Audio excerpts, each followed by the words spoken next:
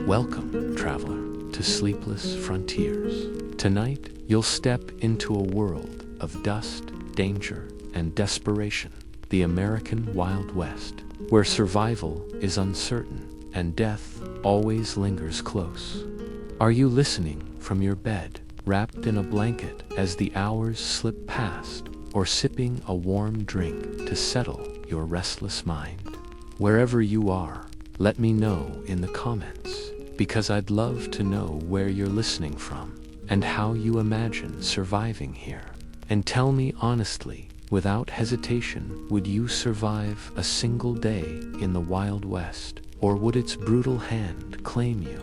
If stories of survival, ambition, and greed keep your mind awake through long nights, make sure to subscribe, because the next story may just keep you awake until sunrise.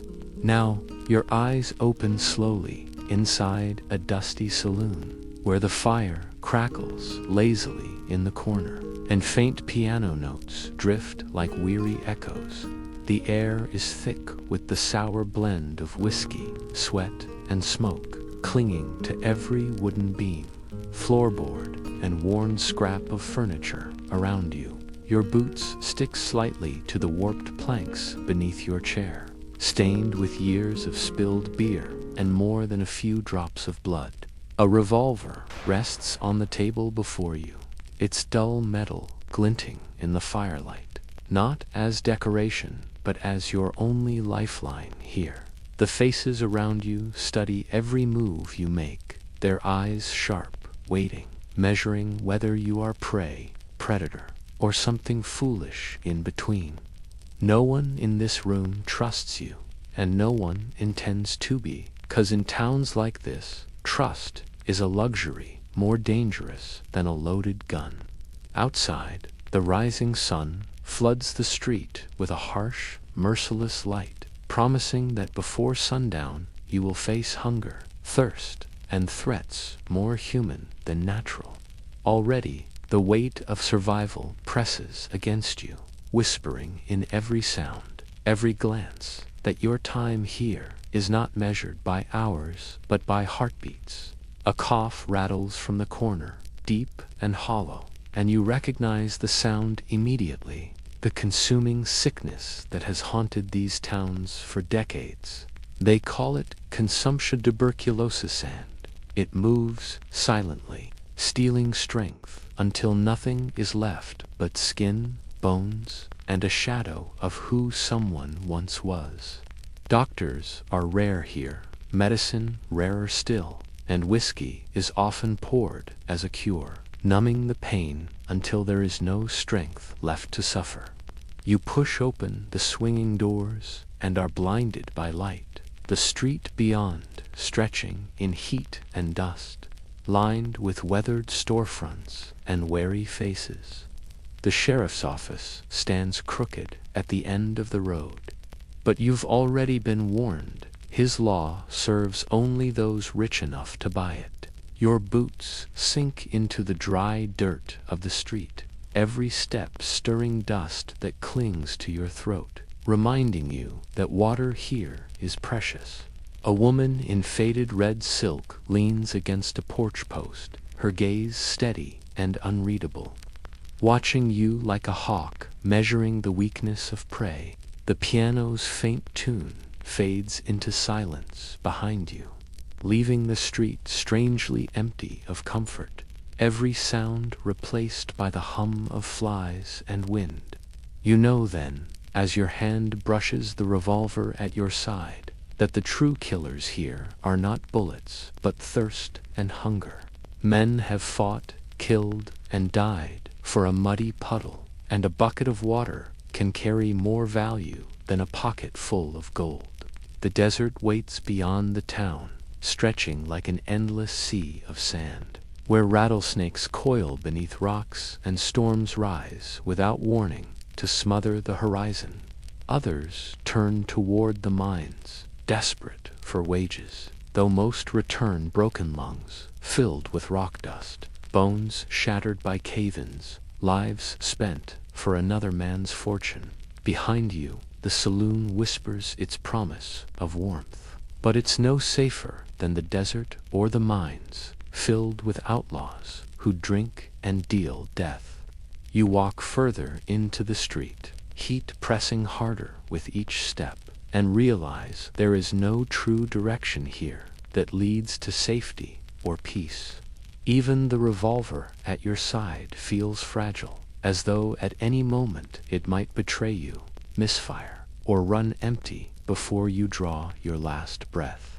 Hunger creeps into your stomach already, sharp and hollow, reminding you that food here is scarce, sometimes boiled beans, sometimes nothing at all, sometimes desperation itself. The horizon wavers with heat, and you've heard of men who wandered toward it for water, only to vanish, swallowed by thirst and endless shifting sand. The town's bell rings, sharp and metallic, echoing across the street, announcing hours that mean nothing, because time here is measured only by survival and loss. You stand in the dust, a stranger, knowing this town will either break you quickly or leave you lingering, neither outcome offering the mercy of escape. This is no place for dreamers. This is no place for mercy. This is the Wild West, and now the day has begun. The saloon doors swing shut behind you, and the first breath of air outside feels heavy, dry, and sharp against your throat. The land itself is the true outlaw here, older and more merciless than any bandit who ever rode these roads with a pistol in his hand. You step into the street, and already the dust stings your eyes. Carried on a wind so hot it feels like fire poured straight from the sky. The horizon ripples with heat, a wavering mirage that promises water and shade, but delivers nothing except more endless sand and punishing sun above you. Men fear gunfights in the West, but the real killer here is thirst, silent and steady, draining your strength until you collapse into the dirt. A single day without water will leave your mouth cracked and your tongue heavy, while a second day will carry you closer to the grave. Wells are guarded like treasure chests, and streams are poisoned by cattle herds, their muddy banks carrying sickness as easily as they carry thirst's false relief. You taste the grit of dust on your tongue, and realize this is the drink most men swallow, here air filled with sand, dirt, and despair. Some townsfolk boil water for safety, but even that carries risk, because cholera moves invisibly, slipping into every bucket and every barrel left unwatched. A single swallow can twist your stomach into fire, leaving you weakened, pale, and soon carried out to the barren land where graves outnumber homes. The land demands payment from everyone, and even the strongest cowhands stagger beneath the sun, their skin blistered and their eyes glazed with exhaustion. Shade is rare, and trees scar the horizon only occasionally, brittle and thin, offering little more than a cruel illusion of shelter and mercy. A rattlesnake's warning rattle interrupts your thoughts, sharp and vibrating, a sound that has ended more journeys than any outlaw's pistol. It waits coiled in the dust, its scales glinting with a deadly shimmer, and you know one careless step could leave you writhing until sundown. There is no doctor to save you from that venom, and most who are bitten die within hours, their bodies stiffening in the relentless heat. Others carry scars, surviving by luck or by crude remedies, their limbs twisted and their strength gone, reminders of how fragile even the strongest become here. Scorpions scuttle from beneath rocks, their stingers sharp, their presence constant, and even in the darkness of night you will find no peace from their crawl. The land does not sleep, and neither will you, because the desert sings with sounds that keep men awake. Wind, insects, the cry of coyotes nearby. Dust storms rise without warning, rolling across the horizon like walls of earth, swallowing horses, wagons, and men in clouds so thick they choke the lungs. You imagine the sand scraping against your skin, burying you alive while the sun continues to burn overhead, never pausing, never forgiving your desperate fight. Some men tie scarves around their mouths, their only defense against air turned into grit. But even then, their lungs fill with dust and sickness. Consumption isn't the only illness. Here dysentery, typhoid, yellow fever all spread quickly, carried by tainted water, spoiled food, and bodies weakened by endless work in cruel heat. The cemeteries of frontier towns grew faster than the streets themselves. Rows of wooden crosses tilting in the dirt, unmarked graves swallowing names lost forever. Every cough you hear in the West is a reminder, every fever a warning, and every handshake a gamble with something more deadly than lead. Your boots crunch against stones as you walk further, the desert pressing in, and you feel already how small you are beneath the vast sky. The sun above burns without kindness, and every drop of sweat rolling down your back feels like a theft, a resource stolen by the land. You wipe your brow and wonder how anyone endured this world, yet you know they did, because greed and survival pulled them deeper into its grasp. The mines offered promises of silver and gold, but men died faster than fortunes rose, their bodies buried beside the very mountains they once dreamed of conquering. The railroads cut across deserts, but their workers collapsed beneath sun and stone, their graves hidden beneath ties and tracks stretching endlessly into tomorrow's unforgiving horizon. Every trail, every canyon, every stretch of open land carried risk, not only from those who lurked with pistols, but from the ground itself beneath you. The land was not empty. Either tribes had lived here for centuries, knowing the rivers, the plants, the medicines hidden in roots and leaves. Settlers often ignored this knowledge, walking blind into death while believing their guns could tame a land that never asked to be tamed at all. You pause, breath heavy, dust clinging to your throat, and you realize survival here isn't about strength, courage, or even luck. It's about respect for the land. Without that, the desert swallows you whole, leaving nothing behind but bleached bones and stories whispered by coyotes beneath the starlit sky. The land is the first test of your day, and already you feel yourself failing. You wake with the rising sun, your mouth dry as sandpaper, and your stomach hollow, reminding you that hunger strikes harder than bullets ever could. In the Wild West, food is not pleasure, it is survival, and each meager bite can mean the difference between another sunrise and your last dusk. The tin plate before you holds beans that taste more of ash than earth, their skins tough and stubborn against your weary teeth. Sometimes hardtack is all you have, a brick of flour and water baked so stiff it cracks your gums before it nourishes your body. You dip the bread into black coffee, not because you enjoy the bitterness, but because it softens the crust enough to avoid breaking your teeth. Meat is a luxury, often salted beyond recognition, stringy strips of jerky that you chew until your jaw aches, yet still your hunger remains unsatisfied. When winter strikes, or the trail proves barren, desperate men turn to boiling leather from boots and belts, chewing it slowly to trick the stomach. Would you chew your own boots just to see another sunrise? Or would you surrender quietly to the emptiness gnawing inside you. On cattle drives, cowboys eat beans so often that their smell clings to campfires, and many begin to loathe the very sight of a pot.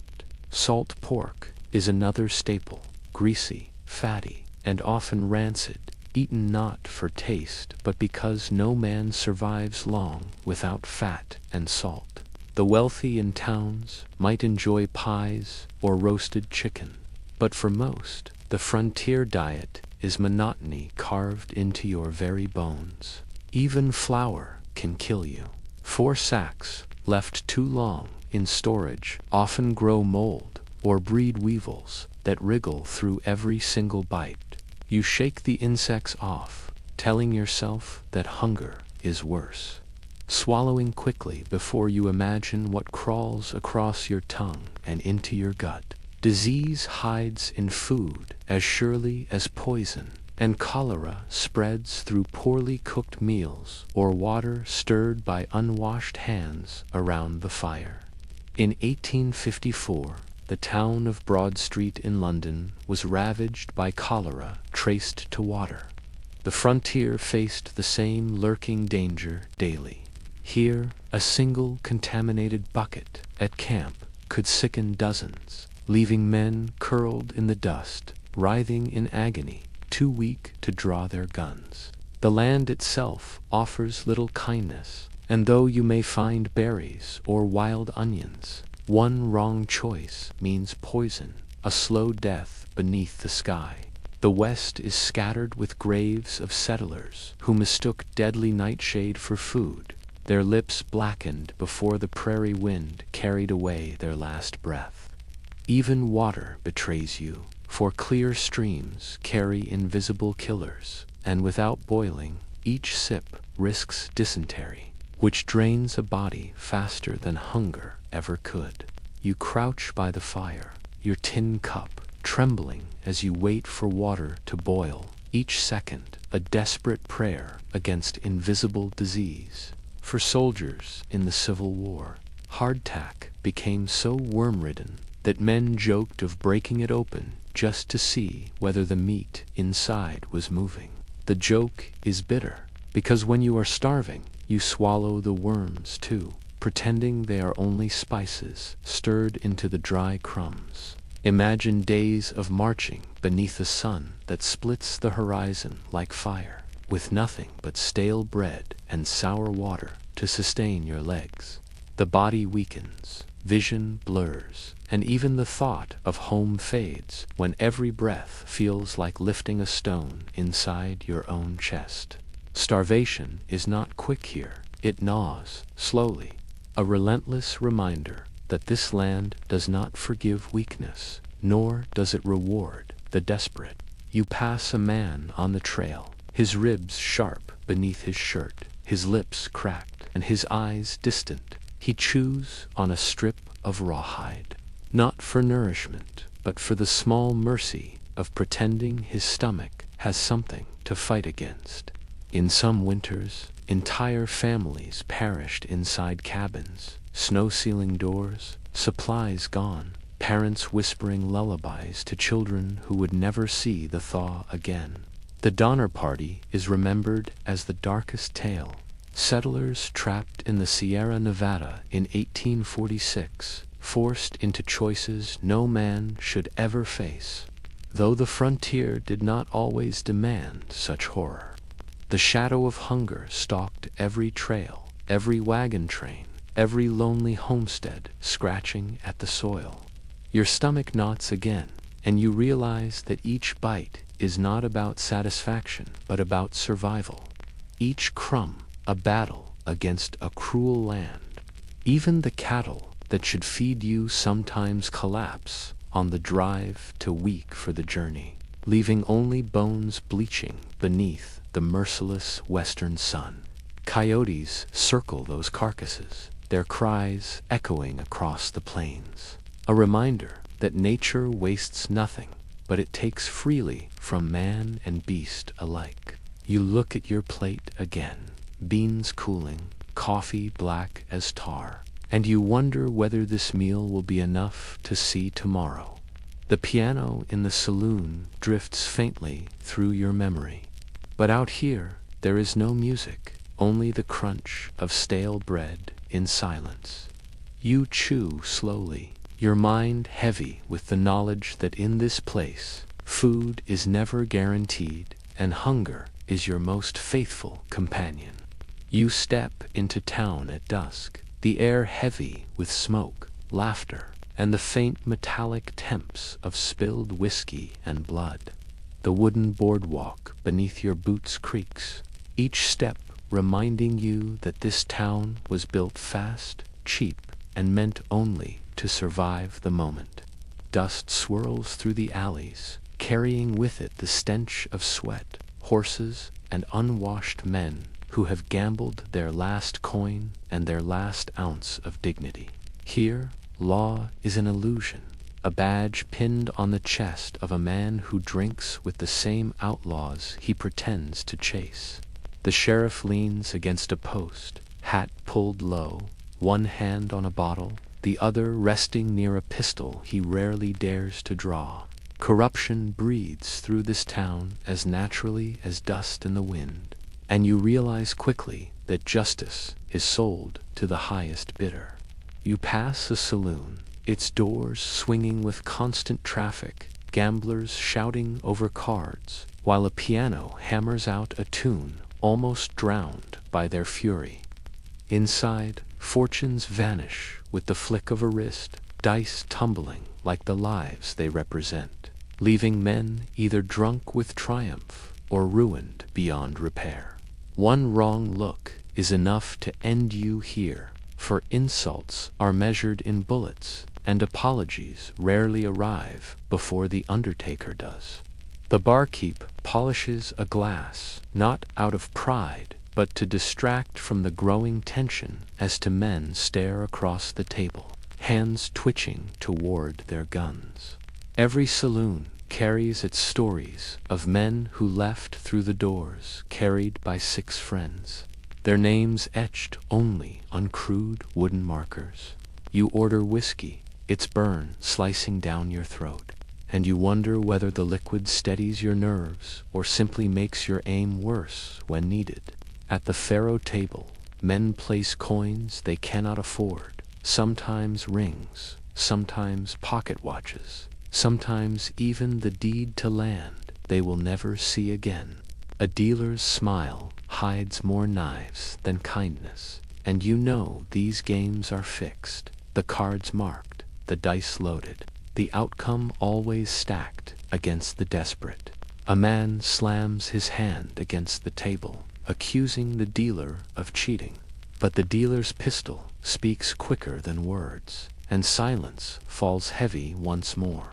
The piano resumes, but slower, almost reluctant, as if the keys themselves know they will soon be drowned out by another angry shout.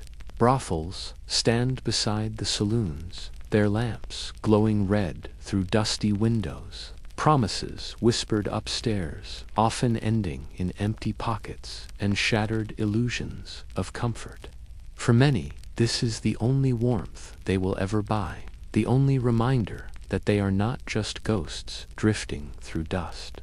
Yet even here, men fight, jealous or broke, and the madam keeps a shotgun near her bed, because coins do not always protect her girls. You walk back into the street, lanterns flickering, shadows stretching long across the dirt road where gunfighters practice their art with deadly efficiency. Dodge City, Deadwood, Tombstone, these names echo with blood. Towns where reputations are carved in lead, and the ground drinks deeply from those who miscalculated. In 1881, Tombstone's OK Corral became legend when the ERPs faced the Cowboys, a 30-second gunfight that left 3 men dead and history forever scarred. You imagine standing there, revolver trembling, heart hammering louder than the shots, and you realize courage is often nothing more than fear held a heartbeat longer. The undertaker here thrives more than the preacher, building coffins as quickly as the blacksmith shoes horses, for both businesses feed on the endless cycle of death. Some towns hang men in the square, not always for guilt, but to remind others of power, rope swinging where truth never had a chance. Crowds gather to watch, their faces cold, some children even laughing, for death here is entertainment, a brief distraction from the poverty and fear that stalk every street. As you walk, you notice wanted posters curling on the walls, names of men whose faces glare back with promises of gold or promises of revenge. Sometimes the sheriff pretends to hunt them, but often those same outlaws drink beside him, paying enough to remain ghosts in plain daylight. You hear a woman scream from an alley, but no one turns, for survival here means silence, and silence means not inviting death upon yourself. Gunfire cracks suddenly, two men stumbling into the road, one clutching his chest, blood spilling into the dust, the other backing away with smoke rising from his barrel. The crowd disperses, not in fear, but in routine, as though violence is no different than thunder, a storm that passes and leaves silence in its wake. The church bell rings faintly in the distance, but few attend, for faith in bullets often outweighs faith in sermons when the night grows dangerous. Gambling halls, saloons, brothels, they are not entertainment, but survival businesses, built on the endless hunger of men who have nothing left to lose. And you, standing in the middle of this chaos, realize the West is not merely lawless, it thrives on its lawlessness, feeding on your fear of it. Each step deeper into town feels like walking into a loaded chamber, every glance daring you to pull the trigger that might seal your fate. Would you survive here, where a careless word carries the same weight as a drawn pistol, and a single mistake carves your name into dust? You pass the saloon once more, doors swinging, laughter rising. But now you hear the whispers underneath, the plotting, the debts, the promises of violence waiting to erupt. As the night deepens, lanterns flicker out one by one, and shadows swallow the streets until only the bravest or most foolish remain under the stars. You touch the revolver at your side and realize it is not your protector, but your burden, a reminder that every man here expects you to use it. You leave the town's choking dust behind, but peace never follows, for the roads of the frontier are stalked by men hungrier than wolves. The rattling of wagon wheels carries far across the open plains, and you know each sound is an invitation to those who live by robbery. Every rider you pass might be a farmer, or he might be an outlaw with a revolver hidden beneath his coat and greed in his eyes. In the West, roads are veins of gold and blood alike, and men like Jesse James learned long ago how to bleed them dry. Jesse was not simply a thief, he was legend, his robberies wrapped in stories of daring and rebellion that turned him into a folk hero. But to you, riding a lonely trail, the myth vanishes the moment you see dust rising behind you. Riders closing fast, with guns glinting in sunlight. The James Younger gang became notorious after the Northfield raid in 1876, where 2 civilians were gunned down, and the gang's supposed glory drowned in blood and fear. You imagine being in that bank, walls echoing with shouts, the barrel of a revolver pressing cold against your temple, your coins demanded in the name of survival. Some called Jesse James a modern Robin Hood, but history tells a colder truth. He robbed not to share, but to hoard power in a land with none. Each outlaw carried his own reputation like a brand, names whispered in saloons with equal parts awe and dread. For every story was built on someone else's grave. Billy the Kid was another ghost of Gunsmoke, a boy turned killer, said to have gunned down 21 men before meeting death at 21 himself. He laughed in photographs, hat tilted, revolver slung loose, as though violence was not survival but play, a game he never intended to lose. You imagine sitting across from him at a poker table, his smile easy, his hand resting near his pistol, daring you to question his bluff. Would you call it, or would you fold and live another day, knowing luck rarely favored men who stared too long into Billy's grin? Bandits struck not only banks, but trains, the iron arteries of the frontier, where gold and payrolls were guarded by men whose nerves were tested nightly. In 1873, Jesse James derailed a train near Gad's Hill, robbing passengers politely, even handing receipts for stolen cassia, gesture that fed his enduring myth. But you, sitting in that passenger car, would not feel courtesy only, the cold edge of terror, as masked men rifled through your pockets and demanded silence. Trains became theaters of violence, lanterns swinging as riders burst in, gunshots cracking, passengers pressed to the floor, prayers whispered louder than the screech of iron wheels. The Dalton gang tried their own grand spectacle in Coffeyville, Kansas, robbing 2 banks at once, but their ambition ended with 4 of them dead in the street. Outlaws chased glory, but it was always fleeting. And you wonder how many nameless riders lay buried in shallow graves, remembered by no one but the dust. The West was not endless opportunity, was a stage for men desperate to carve immortality through fear. Even as the noose waited patiently for its turn, you ride through a canyon now, walls closing in, and the echo of hooves behind you sends panic racing through your veins like wildfire. Do you spur your horse faster, risking a broken leg on jagged rocks, or slow down, pretending calm, hoping they pass by without noticing your fear? Every choice is a gamble, every shadow possibly hiding men who would slit your throat for less than $1, leaving your body for the vultures. Stagecoaches were frequent targets, coaches overturned, luggage torn open, passengers trembling as masked men demanded not only money but jewels, boots, and even wedding bands.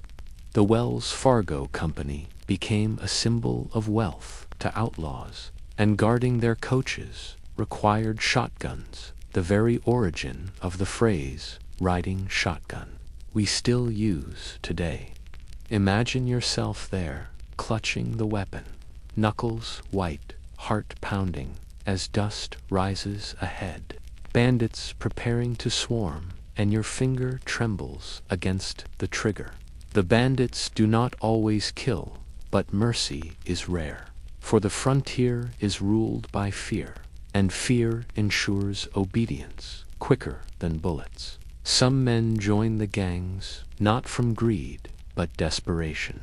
Hungry mouths at home, no farm to return to, no hope except the company of killers. Others crave the rush, the taste of immortality in newspapers that printed their names larger than any honest man's, their fame cemented with every robbery.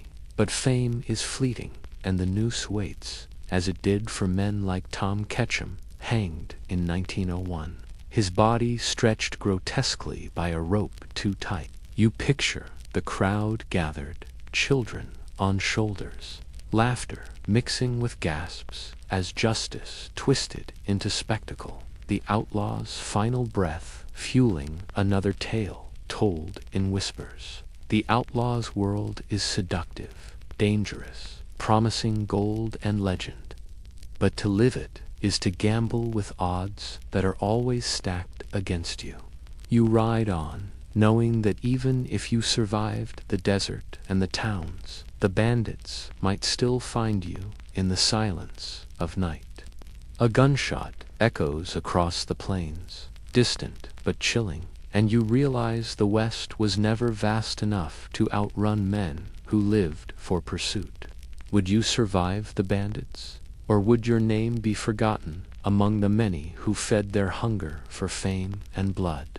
The desert swallows men whole, but so too do the promises of work, for the West was built not by dreams but by broken backs.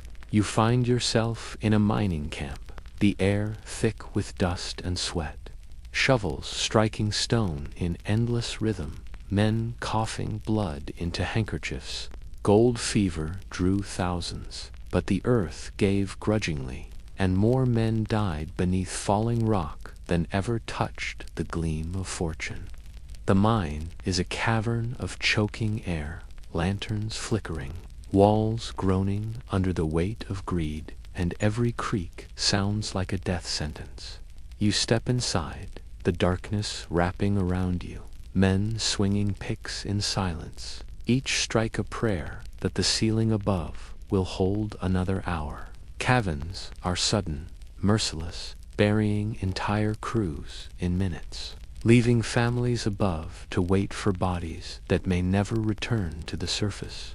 The Comstock lode in Nevada brought wealth beyond imagining, yet it consumed thousands of lives, men suffocated in fumes, drowned in floods, or crushed in silence.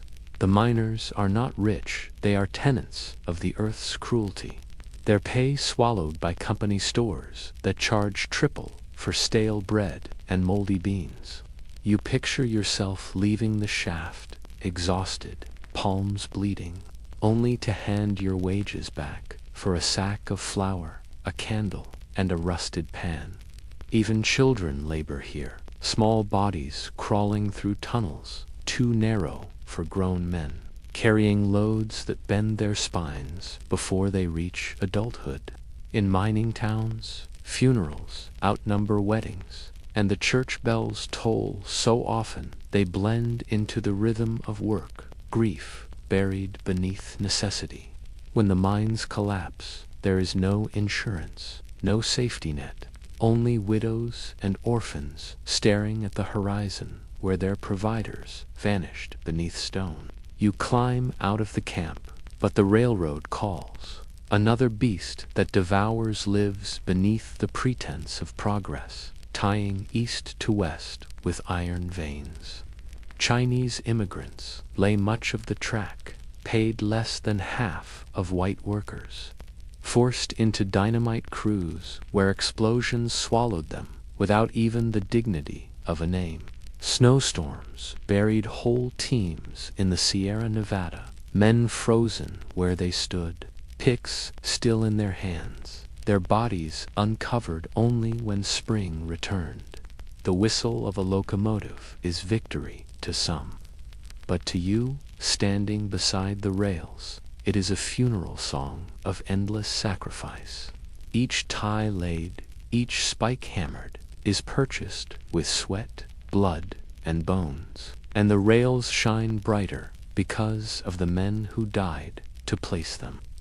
You imagine holding the sledge, your arms trembling after hours, only to watch a man beside you stumble, crushed instantly beneath a load of timber.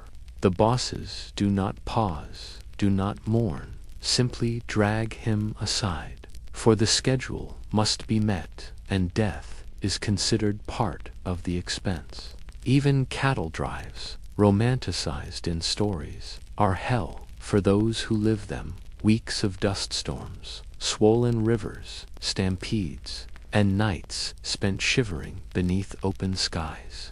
You drive herds across plains that seem endless, your lips cracked from thirst, boots rotting from mud, stomach empty except for beans cooked in ashes. Stampedes erupt at the slightest sound, thunder of hooves flattening everything in their path. And you know one slip means being trampled into unrecognizable dust. The pay for this misery is meager, often lost to gambling or overpriced whiskey the moment you stagger back into town with coins in your pocket. Exploitation wears many faces, not just bosses, but systems, whole empires, feeding on your labor while dangling the illusion of freedom before your weary eyes. You think of the homesteaders, 2 men and women, carving farms into hostile soil, locusts devouring crops, droughts breaking hope, and winters sealing their fate in frost. For every success, dozens failed, their wagons abandoned, their cabins left to rot, their names lost beneath weeds where dreams once bloomed. Survival in the West is not about grit alone. It is about surrender, bending to forces larger than yourself, and even then, luck is never guaranteed. The men who sold shovels grew richer than the miners, the rail tycoons richer than the laborers, and the saloon owners richer than the cattle drivers. You are the fuel, your body the cost, your spirit the payment, and the frontier advances on the corpses of those too poor to resist. And still you swing the pick, drive the spike, push the herd, because to stop is to starve, and starvation kills more surely than any outlaw's bullet. Would you survive this work, this endless wheel of exploitation? Or would you too be consumed by the machine disguised as opportunity? You walk into a town that looks calm at first glance, wooden storefronts lined in order, lanterns glowing faintly in the evening air. But beneath this calm lies dread, because in the West life is fragile, and fear lingers in every shadow, every gust of wind. The houses are made of pine boards, dry as tinder, and one stray spark can transform an entire street into a wall of flame. You smell smoke in your imagination, hear the crackle of roofs collapsing, people shouting in panic as fire races faster than water can follow. Many towns burn to the ground overnight, entire communities erased because one lantern tipped, one chimney cracked, or one drunk stumbled too close with a cigar. Insurance rarely reached these remote settlements, so families lost everything: their homes, their savings, their food, leaving them to start again with only scorched earth beneath their feet. You picture yourself waking to smoke, choking the air, rushing into the night to watch your house crumble, knowing the fire will not stop until all is ash. But fire was not the only fear.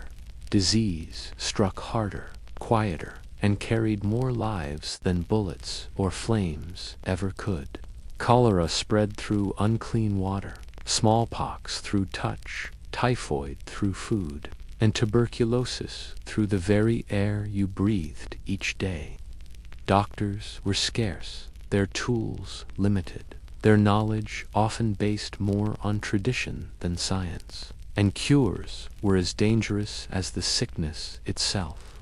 You imagine waking with fever, your skin clammy, your breath heavy, while the doctor pours bitter tonics or bleeds you with a blade.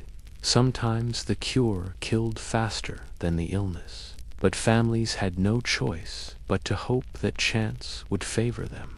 Children were especially vulnerable, and it was common to see tiny graves marked with crude wooden crosses on the edge of town. Each one was a reminder that tomorrow was never promised, no matter how strong or hopeful you might be today. Even a small wound could mean death, for infection spread quickly without antibiotics, turning a scratch into a fever that consumed a man in days. You walk through the graveyard, the silence pressing heavy, names carved into stone, many ending before they reached 30 years of age. And then, beyond disease and fire, nature itself was a force of terror: droughts, starving crops, floods washing away fields, blizzards freezing travelers where they stood. You picture the prairie stretching endless in every direction. But when locusts came, they arrived like smoke, blotting out the sun and devouring everything green. Families wept as fields turned to stubble, pantries emptied, and winter loomed with no harvest to carry them through. Hunger gnawed at bellies, desperation drove theft, and entire towns abandoned their fields to wander east again, broken by the weight of survival. Storms, too, could kill as swiftly as guns. Lightning split barns, tornadoes twisted homes apart, and rivers, swollen with rain, carried away wagons, horses, and families. Each season brought its own threat, and you lived with the knowledge that nature would never bend to human will. Life here was not a story of cowboys alone, but of quiet dread, the knowledge that each day could be the last, not from a duel, but from disaster. You feel the tension of living like this, every cough, every flicker of flame, every storm cloud on the horizon, a reminder that safety was an illusion. This was the Wild West, not a shadow that followed every settler, every worker, every family. You walk into a town that looks calm at first glance. Wooden storefronts lined in order, lanterns glowing faintly in the evening air. But beneath this calm lies dread, because in the West life is fragile, and fear lingers in every shadow, every gust of wind. The houses are made of pine boards, dry as tinder, and one stray spark can transform an entire street into a wall of flame. You smell smoke in your imagination, hear the crackle of roofs collapsing, people shouting in panic as fire races faster than water can follow. Many towns burned to the ground overnight, entire communities erased because one lantern tipped, one chimney cracked, or one drunk stumbled too close with a cigar. Insurance rarely reached these remote settlements, so families lost everything: their homes, their savings, their food, leaving them to start again with only scorched earth beneath their feet.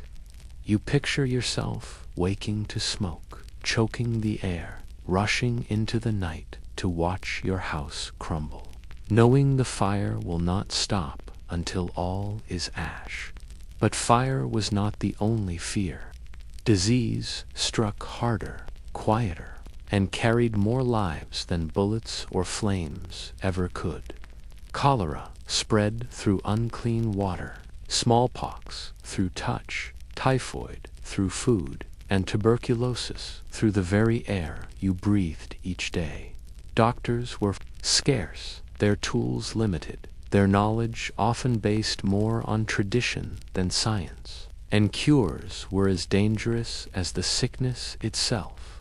You imagine waking with fever, your skin clammy, your breath heavy, while the doctor pours bitter tonics or bleeds you with a blade. Sometimes the cure killed faster than the illness. But families had no choice but to hope that chance would favor them. Children were especially vulnerable, and it was common to see tiny graves marked with crude wooden crosses on the edge of town. Each one was a reminder that tomorrow was never promised. No matter how strong or hopeful you might be today, even a small wound could mean death, for infection spread quickly without antibiotics, turning a scratch into a fever that consumed a man in days. You walk through the graveyard, the silence pressing, heavy names carved into stone, many ending before they reached 30 years of age. And then, beyond disease and fire, nature itself was a force of terror: droughts, starving crops, floods washing away fields, blizzards freezing travelers where they stood. You picture the prairie stretching endless in every direction, But when locusts came, they arrived like smoke, blotting out the sun and devouring everything. Green dot families wept as fields turned to stubble, pantries emptied, and winter loomed with no harvest to carry them through. Hunger gnawed at bellies, desperation drove theft, and entire towns abandoned their fields to wander east again, broken by the weight of survival. Storms, too, could kill as swiftly as guns. Lightning split barns, tornadoes twisted homes apart, and rivers swollen with rain carried away wagons, horses, and families. Each season brought its own threat, and you lived with the knowledge that nature would never bend to human will. Life here was not a story of cowboys alone, but of quiet dread, the knowledge that each day could be the last, not from a duel, but from disaster. You feel the tension of living like this. Every cough, every flicker of flame, every storm cloud on the horizon, a reminder that safety was an illusion. This was the Wild West, not just of heroes and outlaws, but of fear lived quietly, a shadow that followed every settler, every worker, every family. You begin to realize that even the smallest accident could mean the difference between surviving the night or never waking again. A rusty nail stepped on while repairing a fence might poison the blood slowly, long before anyone realized it had begun. Children ran barefoot in the dirt, and though their laughter carried over the prairie, danger hid beneath every step they took.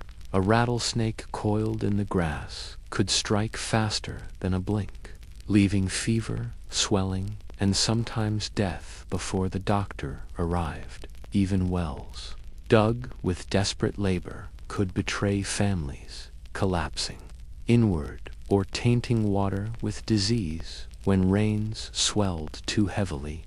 Smallpox lingered on blankets and clothing, spreading from one family to the next like a whisper carried by the dry wind. Fever would take hold in the body, first burning cheeks, red, then dimming the eyes, until hope itself felt like surrender. And for many children, there was no grave marked with stone, only a patch of earth remembered briefly before life pressed forward. Fires remained a constant enemy, not only in crowded towns, but across the endless prairie stretching farther than sight could reach. A lantern, knocked over in a barn, could consume everything a family owned, taking livestock, tools, and shelter in one furious blaze. Prairie fires moved with the wind, unstoppable walls of flame that turned grass, crops, and fences into glowing embers in minutes. Neighbors sometimes fought together, beating back sparks with wet sacks or shovels, though more often the only option was to flee. Your throat dries at the thought of running into smoke, the air choked and heavy, your lungs aching for a single breath. Horses panicked, cattle stampeded, and the land became an inferno where survival meant abandoning nearly everything you had worked to build. Even at night, when the air cooled, peace rarely came. 4 coyotes circled the outskirts of homesteads, drawn by hunger and weakness. They howled beneath the moon, sharp cries that cut through silence, reminding every settler that nature itself still ruled with sharp teeth. If the coyotes did not come, wolves sometimes did, bolder and stronger, and one mistake in guarding the herd meant ruin. Some settlers swore they saw strange lights on the plains, flickers of fire in the distance where no camp should exist. Others whispered these lights were spirits of the land, wandering souls or even warnings of raids soon to come from enemies. In truth, fear itself became the constant companion, living inside every creak of the floorboards and every shadow that moved after dusk. Your nerves stayed tight, like a bowstring drawn but never loosed, because one slip might welcome sickness, disaster, or violence through the door. Even when you finally lay down to rest, sleep never carried comfort, for you knew dawn would bring another day of survival, and survival itself felt less like a triumph and more like a long endurance against a land that refused to show mercy. The sun drags itself down over the horizon, painting the town in deep shades of gold and blood-red shadows stretching across the street. You sit inside the saloon, the same one you entered at dawn, though now the air feels heavier. Charged with unspoken tension, the piano no longer plays, its last notes abandoned to silence, leaving only the scrape of boots and the creak of old wood. Men at tables glance toward the door, their cards forgotten, their whiskey glasses untouched, as if everyone is waiting for something inevitable. Your revolver lies on the table, not as decoration, not as luxury, but as the thin wall between you and death. The barkeep polishes the same glass over and over, though his eyes never leave the door, knowing trouble always arrives at sundown. Outside, the dust swirls along the street, pushed by the dying breath of day, settling into corners where shadows grow long and sharp. You hear spurs first, there, rhythm measured, deliberate, each metallic note echoing louder than it should in the uneasy evening air. The saloon doors swing open slowly, not with chaos, but with the calm certainty of men who already know they hold control. 3 figures step inside, silhouettes cut by the fading sun, their faces hidden beneath wide-brimmed hats, their hands resting near heavy holsters. Conversations die instantly, replaced by silence so complete you can hear your own breath echoing louder than you would ever like. Your hand hovers near your revolver, but even in the silence, you sense that drawing too fast might mean you die first. The tallest of the 3 steps forward, his boots landing heavy against the floorboards, each step announcing authority that demands recognition without words. His eyes, shadowed by the brim of his hat, lock on yours, and in that stare you feel the weight of challenge. He doesn't speak at first, only removes his gloves, slowly, letting the silence stretch like a rope ready to snap. When he finally speaks, his voice is low, steady, and filled with the kind of calm that means he has killed before. "You've been walking our town today," he says, each word deliberate, "and a man who walks here owes something when the sun sets." The saloon seems smaller suddenly, walls pressing inward, the room too tight to hold the weight of the moment balanced on his words. Your throat is dry, not from whiskey, not from thirst, but from the way danger feels like dust lodged in your lungs.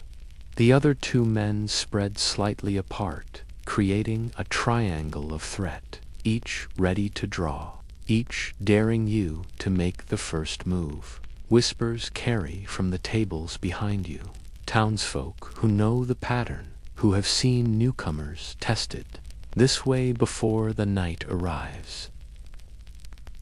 The barkeep lowers his gaze, unwilling to intervene, his silence speaking louder than any warning, telling you this fight, fingers brushing cold metal, though your pulse pounds so loud it drowns out every other sound.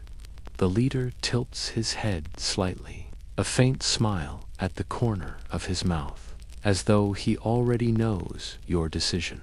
You realize the Wild West never tested men with comfort or fairness.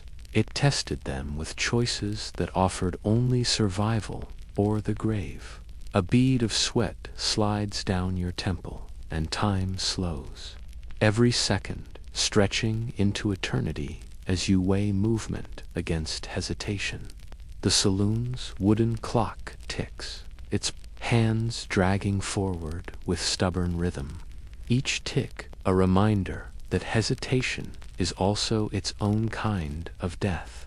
The man's hand twitches near his holster, subtle, deliberate, and you know the window of safety has narrowed to almost nothing.